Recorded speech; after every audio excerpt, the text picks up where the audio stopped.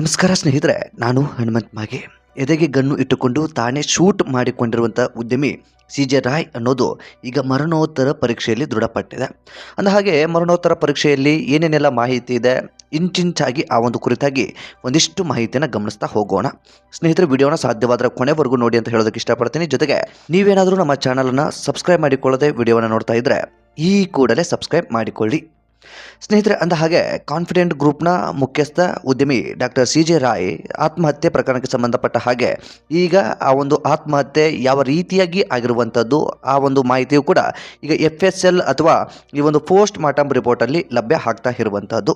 So ನಿನ್ನೆ ದಿನ ಏನಾಗಿತ್ತು ಅಂದರೆ ಕುಟುಂಬದಸ್ಥರು ಆ ಒಂದು ಸಂದರ್ಭಕ್ಕೆ ಅವರ ಜೊತೆಗೆ ಇರೋದಿಲ್ಲ. ಹಾಗಾಗಿ ಪೋಸ್ಟ್ ಮಾರ್ಟಮನ್ನು ಆ ಸದ್ಯಕ್ಕೆ ಆ ಒಂದು ಸಾವನ್ನಾದಂಥ ಸಂದರ್ಭದಲ್ಲಿ ಒಂದಿಷ್ಟು ಹೋಲ್ಡ್ ಮಾಡಲಾಗಿರುತ್ತೆ. ಸಂಬಂಧಪಟ್ಟವರು ಬಂದ ನಂತರ ಪೋಸ್ಟ್ ಮಾರ್ಟಮ್ಗೆ ಮುಂದೆ ಹೋಗುತ್ತೆ. ಈಗಾಗಲೇ ಒಂದು ಪೋಸ್ಟ್ ಮಾರ್ಟಮ್ ರಿಪೋರ್ಟಲ್ಲಿ ಅಂದರೆ ಮರಣೋತ್ತರ ಪರೀಕ್ಷೆಯಲ್ಲಿ ಇದೀಗ ಅವರು ಆತ್ಮಹತ್ಯೆನೇ ಮಾಡಿಕೊಂಡಿರುವಂತಹದ್ದು ಅನ್ನೋದು ದೃಢ ಕೂಡ ಆಗಿರುವಂತಹದ್ದು. ಇನ್ನು ರಿಪೋರ್ಟಲ್ಲಿ ಏನೇನಿದೆ ಎಂಬುದನ್ನು ಒಂದಿಷ್ಟು ಗಮನಿಸ್ತಾ ಹೋಗೋಣ. ಸಿ.ಜೆ. ರಾಯ್ ಅವರು ತಮ್ಮ ಬಲಗೈಯಿಂದ ಎದೆಯ ಎಡಭಾಗಕ್ಕೆ ಗನ್ ಇಟ್ಟು ಟ್ರಿಗರ್ ಒತ್ತಿದ್ದಾರೆ. ಅತ್ಯಂತ ಸಮೀಪದಿಂದ ಗುಂಡು ಹಾರಿಸಿಕೊಂಡಿರೋದ್ರಿಂದ ಎದೆಯ ಮೇಲ್ಭಾಗದ ಮಾಂಸಖಂಡಗಳು ಚದುರಿಲ್ಲ, ಬದಲಾಗಿ ಗುಂಡು ನೇರವಾಗಿ ದೇಹದೊಳಗಡೆ ಆಳವಾಗಿ ಇಳಿದು ಬಿಟ್ಟಿದೆ.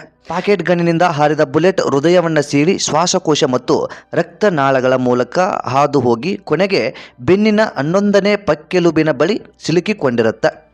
ಇದಾದ ಬಳಿಕ ವಿಧಿವಿಜ್ಞಾನ ಪರೀಕ್ಷೆಯಲ್ಲಿ ಏನಿದೆ ಎಂಬುದನ್ನು ಇನ್ನೊಂಚೂರು ಆಳವಾಗಿ ನೋಡೋದಾದರೆ, ಮರಣೋತ್ತರ ಪರೀಕ್ಷೆಯ ವೇಳೆ ಬೆನ್ನಿನಲ್ಲಿ ಸಿಲುಕಿದ್ದ ಬುಲೆಟನ್ನು ಹೊರ ತೆಗೆಯಲಾಗಿದೆ. ಜೊತೆಗೆ ಹೆಚ್ಚಿನ ಪರೀಕ್ಷೆಗಾಗಿ ವಿಧಿವಿಜ್ಞಾನ ಪ್ರಯೋಗಾಲಯಕ್ಕೆ ಈ ಒಂದು ಮಾಹಿತಿಯನ್ನು ಅಥವಾ ಈ ಒಂದು ವರದಿಯನ್ನು ರವಾನೆ ಕೂಡ ಮಾಡಲಾಗಿದೆ. ಇನ್ನು ಆತ್ಮಹತ್ಯೆಗೆ ಬಳಸಿಕೊಂಡಿರತಕ್ಕಂಥ ಪಿಸ್ತೂಲಿನ ಬಗ್ಗೆ ಒಂದಿಷ್ಟು ಗಮನಿಸೋದಾದರೆ, ಈ ಒಂದು ಪಿಸ್ತೂಲು ಕೂಡ ಅವರ ಹೆಸರಿಗೆ ಸೇರಿರುವಂತಹದ್ದು. ಇನ್ನು NP ಬೋರ್ 0.25 ಅನ್ನೋ ಒಂದು ಪಿಸ್ತೂಲು ಅದು ಸ್ವತಃ ಇವರ ಹೆಸರಲ್ಲಿಯೇ ಆ ಒಂದು ಪಿಸ್ತೂಲು ಕೂಡ ಖರೀದಿ ಆಗಿರುತ್ತೆ.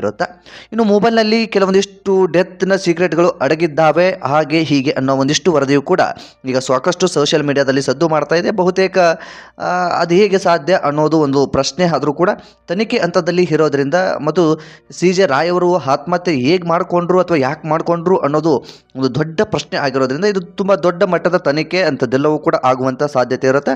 ಈ ಎಲ್ಲದರ ಬೆನ್ನಲ್ಲೇ ಕೆಲವೊಂದಿಷ್ಟು ಬೇರೆ ಬೇರೆ ರೀತಿಯಾದಂತಹ ವರದಿಗಳು ಕೂಡ ಓಡಾಡ್ತಾ ಇದ್ದಾವೆ. ಅದು ಎಷ್ಟರ ಮಟ್ಟಿಗೆ ಸತ್ಯನೋ ಸುಳ್ಳು ಗೊತ್ತಿಲ್ಲ. ಕೆಲವೊಂದಿಷ್ಟು ಜನ ಮೊಬೈಲ್ನಲ್ಲಿ ಅವರ ಸಾವಿನ ಸೀಕ್ರೆಟ್ ಅಡಗಿಕೊಂಡಿದೆ ಅಂತ ಹೇಳ್ತಿದ್ದಾರೆ. ಕೆಲವೊಂದಿಷ್ಟು ಜನ ಒಂದಿಷ್ಟು ಬೇರೆ ಬೇರೆ ಲಿಂಕ್ ಇತ್ತು, ಹಾಗಿತ್ತು, ಹೀಗಿತ್ತು ಅನ್ನೋ ಒಂದಿಷ್ಟು ವರದಿಯು ಕೂಡ ಲಭ್ಯವಾಗ್ತಾ ಇರುವಂಥದ್ದು. ಅದು ಎಷ್ಟರ ಮಟ್ಟಿಗೆ ಬಹುತೇಕ ನನ್ನ ಪ್ರಕಾರ ಆ ರೀತಿಯಾಗಿ ಯಾವುದೂ ಕೂಡ ನಡೆದಿರೋದಕ್ಕೆ ಸಾಧ್ಯ ಇಲ್ಲ ಅಂತ ನಾನು ಊಹಿಸ್ಕೊಳ್ತೀನಿ. ಬದಲಿಗೆ ಅವರ ಮೊಬೈಲ್ ಫೋನ್ನಲ್ಲಿರುವ ದತ್ತಾಂಶವನ್ನು ಈ ಒಂದು ಡಾಟಾ ಅಂತ ಏನು ಕರೀತೀವಿ ಮರುಪಡೆಯಲು CIT ಸೈಬರ್ ಸೆಲ್ಗೆ ಕಳುಹಿಸಲು ಕೂಡ ಆಗಿದೆ. ಯಾವುದೇ ಸಾಲಬಾಧೆ ಅಥವಾ ಶತ್ರುಗಳಿಲ್ಲದಿದ್ದರೂ ಕೂಡ ಈ ಇನ್ಕಮ್ ಟ್ಯಾಕ್ಸ್ ಅಧಿಕಾರಿಗಳ ಒತ್ತಡವಿತ್ತೆ ಎಂಬ ಆಯಾಮದಲ್ಲಿ ಪೊಲೀಸರು ತನಿಖೆಯನ್ನು ನಡೆಸ್ತಾ ಇದ್ದಾರೆ. ಸೊ ಸಾಕಷ್ಟು ಜನ ಜೀರೋದಿಂದ ಬಂದಂತಹ ವ್ಯಕ್ತಿ ಹಾಗೆ ಹೀಗೆ ಅಂತ ಹೇಳ್ತಾ ಇದ್ದಾರೆ. ಅದು ಸುಳ್ಳು ಮಾಹಿತಿ ಅಂತ ಹೇಳೋದಕ್ಕೆ ಇಷ್ಟಪಡ್ತೀನಿ. ಜೊತೆಗೆ ಇವರ ಹಿನ್ನೆಲೆಯನ್ನು ಗಮನಿಸೋದಾದರೆ, ಇವರ ತಾಯಿಯೂ ಕೂಡ ರಿಯಲ್ ಎಸ್ಟೇಟ್ನಲ್ಲಿ ಇರ್ತಾರೆ. ಅಂದರೆ ಮನೆಗಳನ್ನು ಕಟ್ಕೊಡೋದು ಮತ್ತು ಅದನ್ನು ಮಾರುವಂಥದ್ದು ಇಂಥದ್ದೆಲ್ಲವನ್ನು ಕೂಡ ಮಾಡ್ತಾ ಇರ್ತಾರೆ. ಅವರ ಬ್ಲಡ್ನಲ್ಲೇ ಈ ರಿಯಲ್ ಎಸ್ಟೇಟ್ ಅನ್ನುವಂಥದ್ದು ಬಂದಿದೆ ಅಂತ ಹೇಳಿದ್ರು ಕೂಡ ತಪ್ಪಾಗಲಿಕ್ಕಿಲ್ಲ. ಯಾವುದೇ ಕಾರಣದಿಂದ ಇವರು ಜೀರೋಯಿಂದ ಹೀರೋ ಆದಂತಹ ವ್ಯಕ್ತಿ ಅಲ್ಲ. ಬದಲಿಗೆ ತಾಯಿ ಕೂಡ ಇವರಿಗೆ ಸಪೋರ್ಟ್ ಮಾಡಿರ್ತಾರೆ. ಉನ್ನತ ಶಿಕ್ಷಣವನ್ನು ಬೇರೆ ಬೇರೆ ದೇಶದಲ್ಲೂ ಕೂಡ ಪಡೆದುಕೊಂಡಿರ್ತಾರೆ. ಡಾಕ್ಟರೇಟ್ ಕೂಡ ಬೇರೆ ದೇಶದಲ್ಲೇ ಆಗಿರುತ್ತೆ. ಇಂಥದ್ದೆಲ್ಲವೂ ಇರೋದ್ರಿಂದ ಕಡು ಬಡತನ ಅಥವಾ ಜೀರೋಯಿಂದ ಬಂದಂತಹ ವ್ಯಕ್ತಿ ಅಂತ ಹೇಳೋದಕ್ಕೆ ಸಾಧ್ಯ ಇಲ್ಲ. ಬದಲಿಗೆ ಒಂದು ಮಧ್ಯಮ ವರ್ಗ ಅಥವಾ ಒಂದು ತಕ್ಕ ಮಟ್ಟಕ್ಕೆ ತಾಯಿ ಒಂದಿಷ್ಟು ದುಡ್ಡನ್ನು ಕೂಡ ಮಾಡಿ ಇಟ್ಟಿದ್ರು ಅಂತ ಹೇಳಿದ್ರು ಕೂಡ ತಪ್ಪಾಗಲಿಕ್ಕಿಲ್ಲ. ಆ ಒಂದು ಅವರ ಒಂದು ವೇಯಲ್ಲಿ ಈ ಒಂದು ವ್ಯಕ್ತಿ ತುಂಬ ಸ್ಟ್ರಾಂಗ್ ಆಗಿ ಬಿಲ್ಡ್ ಮಾಡ್ಕೊಂಡು ಹೋದ್ರು ಅಂತ ಹೇಳಿದ್ರು ಕೂಡ ತಪ್ಪಾಗಲಿಕ್ಕಿಲ್ಲ. ಒಟ್ಟಾರೆಯಾಗಿ ಸಿ.ಜೆ. ರಾಯ್ ಈ ಒಂದು ದುರಂತ ಅಂತ್ಯವನ್ನು ಕಂಡುಬಿಟ್ಟಿದ್ದಾರೆ. ಅದೇನೇ ಕಾರಣಗಳಿರಬಹುದು, ಅದೇನೇ ಆಗಿರಬಹುದು, ಅದನ್ನು ಫೇಸ್ ಮಾಡಬೇಕಾಗಿತ್ತು.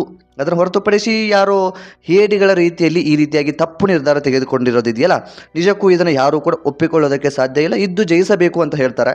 ಸೊ ಇದ್ದು ಜಯಿಸಬಹುದಿತ್ತು. ಅದು ಯಾವ ಮನಸ್ಥಿತಿಗೆ ಇವರು ಹೀಗೆ ಮಾಡಿಕೊಂಡ್ರು ಅನ್ನೋದು ನಿಜಕ್ಕೂ ಒಂದು ಯಕ್ಷ ಪ್ರಶ್ನೆ ಆಗಿರುವಂತಹದ್ದು. ಸ್ನೇಹಿತರೆ, ಅಂದ ಹಾಗೆ ರಾಯ್ ಬಳಿ ಇದ್ದಂತಹ ಒಂದು ಪಿಸ್ತೂಲಿನ ಬಗ್ಗೆ ಒಂದಿಷ್ಟು ನಾವು ಗಮನಿಸಲೇಬೇಕು. ಪಿಸ್ತೂಲ್ ಯಾವುದೋ ಒಂದು ಮಾಮೂಲಿ ಪಿಸ್ತೂಲು ಕೂಡ ಆಗಿರೋದಿಲ್ಲ. ಅದು ಕಳೆದ 5 ವರ್ಷಗಳ ಹಿಂದೆ ಈ ಒಂದು ಪಿಸ್ತೂಲನ್ನು ಸ್ವತಃ ರಾಯ್ ಅವರೇ ಖರೀದಿ ಮಾಡಿರ್ತಾರೆ. ನಾನು ಆರಂಭದಲ್ಲೂ ಕೂಡ ಹೇಳಿದ ಹಾಗೆ ಅವರ ಹೆಸರಿನಲ್ಲೇ ರಿಜಿಸ್ಟರ್ ಕೂಡ ಆಗಿರುತ್ತೆ. ಸುಮಾರು 30 ನಿಮಿಷಗಳ ತಮ್ಮ ಕ್ಯಾಬಿನ್ನಿಂದ ಹೊರಗಡೆ ಬರೋದಿಲ್ಲ. ಹಾಗಾಗಿ ಕ್ಯಾಬಿನ್ನಿಂದ ಯಾಕೆ ಹೊರಗಡೆ ಬರ್ತಾ ಇಲ್ಲ ಅನ್ನೋ ಒಂದಷ್ಟು ಪರಿಶೀಲನೆಯನ್ನು ಮಾಡೋದಕ್ಕೆ ಹೋದಂತಹ ಸಂದರ್ಭದಲ್ಲಿ ಆ ವ್ಯಕ್ತಿ ಸೂಸೈಡ್ ಮಾಡಿಕೊಂಡಿದ್ದಾರೆ ಅನ್ನೋದು ಕೂಡ ಪತ್ತೆ ಆಗಿಬಿಡುತ್ತೆ. 10ರಿಂದ 12 ಬಾರಿ ಐಟಿ ರೇಡ್ ನಡೆದರೂ ಕೂಡ ತಲೆ ಕೆಡಿಸಿಕೊಳ್ಳದ ರಾಯ್ ಈ ಬಾರಿಯ ಐಟಿ ರೇಡ್ಗೆ ಯಾಕೆ ಹೆದರಿದ್ರು ಅನ್ನೋದು ಒಂದು ಕಡೆಯ ಪ್ರಶ್ನೆ ಆದ್ರೆ, ಇನ್ನೂ ಅನೇಕ ಪ್ರಶ್ನೆಗಳು ಕೂಡ ಇಲ್ಲಿ ಮೂಡೋದಕ್ಕೆ ಪ್ರಾರಂಭಿಸಿಬಿಟ್ಟಿದೆ. ಯಾವುದೇ ಐಟಿ ರೇಡ್ ನಡೆದರೂ ಕೂಡ ಅರೆಸ್ಟ್ ಮಾಡುವಂತಹ ಅದು ಪ್ರೊಸೆಸ್ ಇರೋದಿಲ್ಲ. ಇನ್ನು ಅದನ್ನು ಹೊರತುಪಡಿಸಿ ತೆರಿಗೆ ವಂಚನೆ ನಡೆದರೂ ಕೂಡ ಕಂಪನಿಯ ಆಡಿಟರ್ಗಳು ಅದನ್ನ ಹ್ಯಾಂಡಲ್ ಮಾಡ್ತಾ ಇರ್ತಾರೆ. ಆದ್ರೆ ರಾಯ್ ಯಾಕೆ ಐಟಿ ರೇಡ್ ನಡೆಯುವಂತಹ ಸಂದರ್ಭದಲ್ಲಿಯೇ ಸುಸೈಡ್ ಮಾಡಿಕೊಂಡ್ರು ಅಥವಾ ಒಂದು ಸಾವಿಗೆ ಶರಣಾದ್ರು ಅನ್ನೋದು ಒಂದು ದೊಡ್ಡ ಪ್ರಶ್ನೆ ಆಗಿಬಿಟ್ಟಿದೆ. ಹಲವು ಅನುಮಾನಗಳು ಇದೀಗ ಈ ಒಂದು ರಾಯ್ ಸುಸೈಡ್ ಕೇಸ್ಗೆ ಇದೀಗ ಬರ್ತಾ ಇರುವಂತಹದ್ದು. ಇನ್ನು ಅದನ್ನು ಹೊರತುಪಡಿಸಿ ನಮ್ಮ ರಾಜ್ಯ ಸರ್ಕಾರವೂ ಕೂಡ ಈ ಒಂದು ಕೇಸಲ್ಲಿ ಇನ್ವಾಲ್ವ್ ಆಗಿದೆ. ಇದಕ್ಕೆ ಒಂದು ವಿಶೇಷ ತಂಡವನ್ನು ಕೂಡ ರಚನೆ ಮಾಡಿಬಿಟ್ಟಿದೆ. ಕಾನ್ಫಿಡೆಂಟ್ ಗ್ರೂಪ್ ಸಂಸ್ಥಾಪಕ ಆಗಿರ್ತಕ್ಕಂತಹ ಸಿಜೆ ರಾಯ್ ಆತ್ಮಹತ್ಯೆ ಪ್ರಕರಣಕ್ಕೆ ಈಗ ಉನ್ನತ ಮಟ್ಟದ ತನಿಖೆಯ ಅವಶ್ಯಕತೆ ಇದೆ ಎಂಬ ಒಂದು ಕಾರಣಕ್ಕೆ ಅಥವಾ ಇದೆ ಅನ್ನೋ ರೀತಿಯಲ್ಲಿ ನಮ್ಮ ರಾಜ್ಯದ ಗೃಹ ಇಲಾಖೆ ಒಂದು ವಿಶೇಷ ತಂಡವನ್ನು ಆಯ್ಕೆ ಮಾಡಿದೆ ಅಥವಾ ವಿಶೇಷ ತಂಡವನ್ನು ರಚನೆ ಕೂಡ ಮಾಡಿದೆ. ಬೆಂಗಳೂರು ನಗರದ ಪಶ್ಚಿಮ ವಿಭಾಗದ ಜಂಟಿ ಪೊಲೀಸ್ ಆಯುಕ್ತ ವಂಶಿಕೃಷ್ಣ ನೇತೃತ್ವದಲ್ಲಿ ವಿಶೇಷ ತನಿಖಾ ತಂಡವನ್ನು ಕೂಡ ರಚನೆ ಮಾಡಲಾಗಿದೆ.